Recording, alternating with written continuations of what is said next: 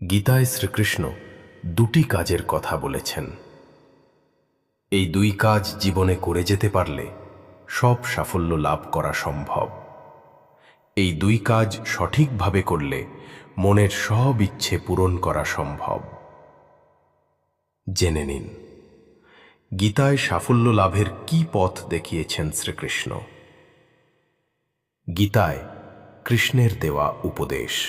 ও নমঃ ভগবতে বাসুদেবায়। জয় শ্রীকৃষ্ণ। রাধে রাধে। গীতা জ্ঞান। শুধু এই দুই কাজ করলেই জীবনে যা চান তাই পাবেন, গীতায় বলেছেন শ্রীকৃষ্ণ।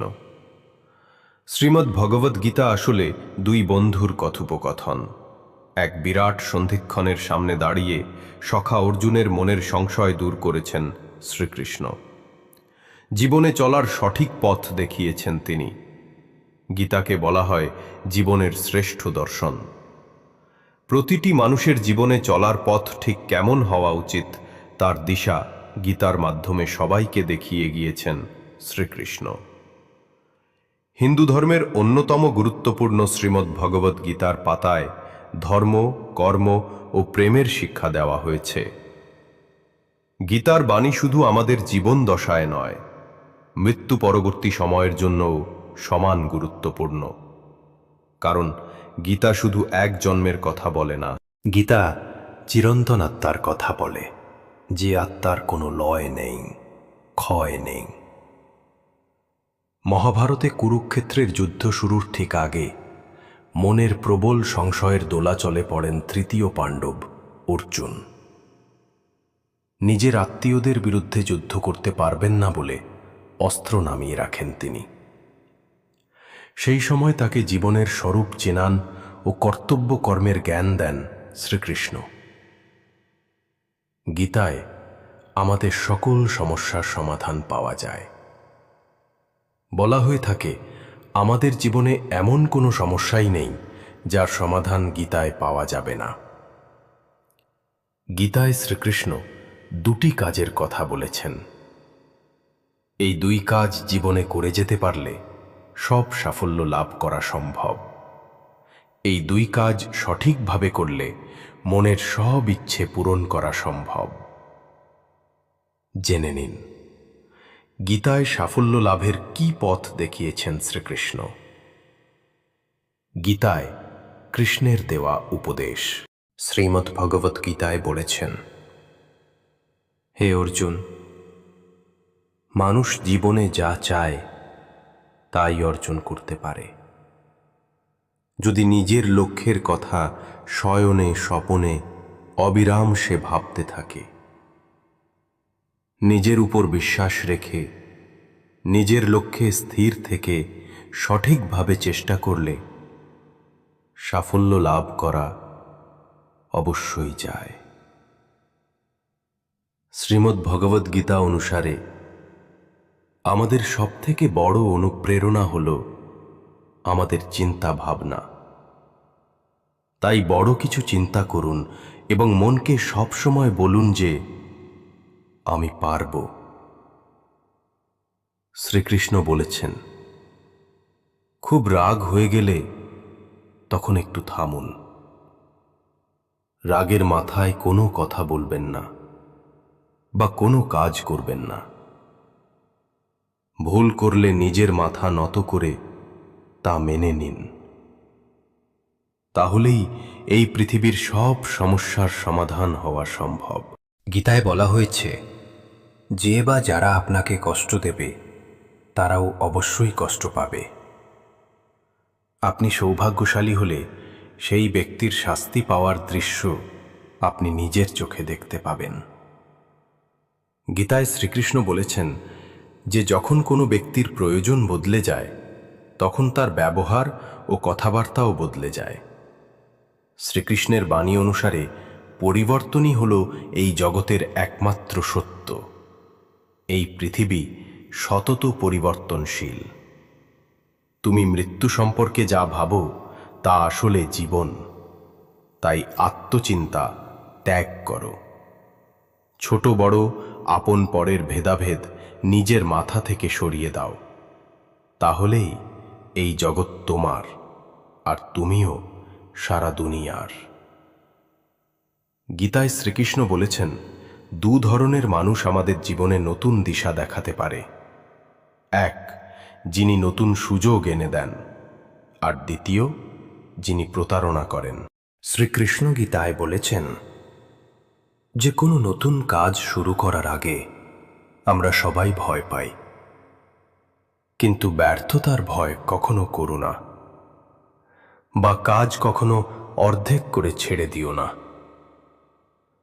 মন দিয়ে চেষ্টা করতে থাকো, সাফল্য একদিন পাবেই। যে কাজটা করতে তোমার ভয়, সেই কাজটাই বারবার করতে থাকো। এটাই হলো ভয়কে জয় করার সবচেয়ে সহজ উপায়। শ্রীকৃষ্ণ গীতায় বলেছেন, ভয়কে কখনো তোমার জীবনের কাছাকাছি আসতে দিও না।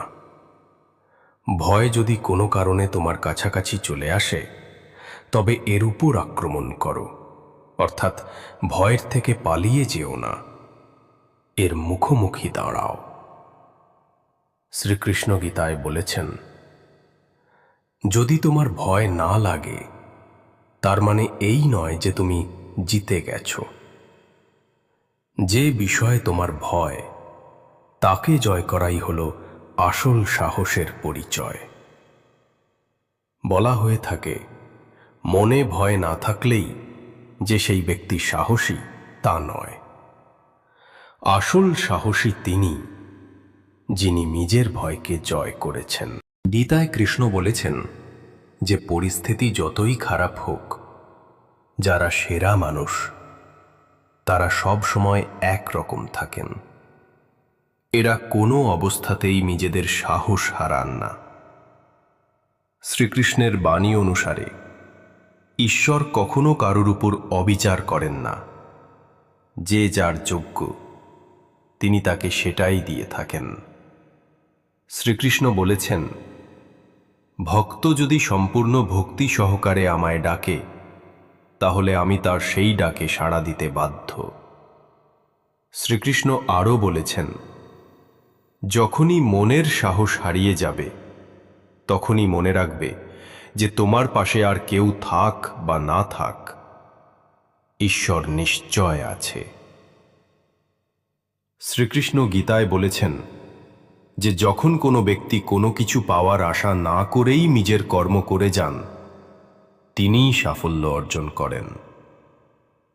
ইগো ও কামনা বাসনা ত্যাগ করে কাজ করতে পারলে তবেই জীবনে শান্তি ও সাফল্য পাবেন। গীতা অনুসারে আপনার কাছ থেকে আপনার ভাগ্য কেউ কেড়ে নিতে পারবে না। আপনার যদি ঈশ্বরে পূর্ণ বিশ্বাস থাকে, তাহলে আপনি সেই সব কিছু পাবেন যা পাওয়ার যোগ্যতা আপনার আছে। গীতায় শ্রীকৃষ্ণ বলেছেন যে শুধু টাকা থাকলেই কোনো মানুষ ধনী হতে পারেন না। সত্যিকারের ধনী তিনি, যার চিন্তা ভাবনা ভালো, ব্যবহার মধুর ও যিনি সুন্দর মনের অধিকারী।